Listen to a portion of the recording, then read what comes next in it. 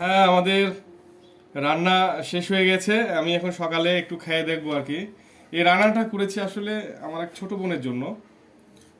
যাই হোক, আহ, ছোট বোন অসুস্থ বলতে কি সিজার হয়েছে, বাচ্চা হয়েছে, মাশাআল্লাহ ছেলে পুত্র সন্তান হয়েছে।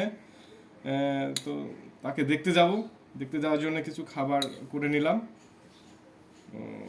আমি একটু সেই খাবারটা মানে খেয়ে নিচ্ছি। দেখি কেমন হয়েছে আমার রান্নাটা। আসলে গন্ধটা অনেক সুন্দর। বিসমিল্লাহ।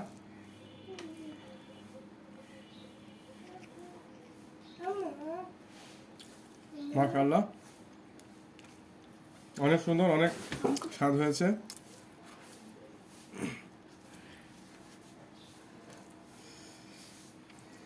বাস, আপনারাও মাঝে সাঝে করবেন, নিজেরা করবেন এবং খাবেন।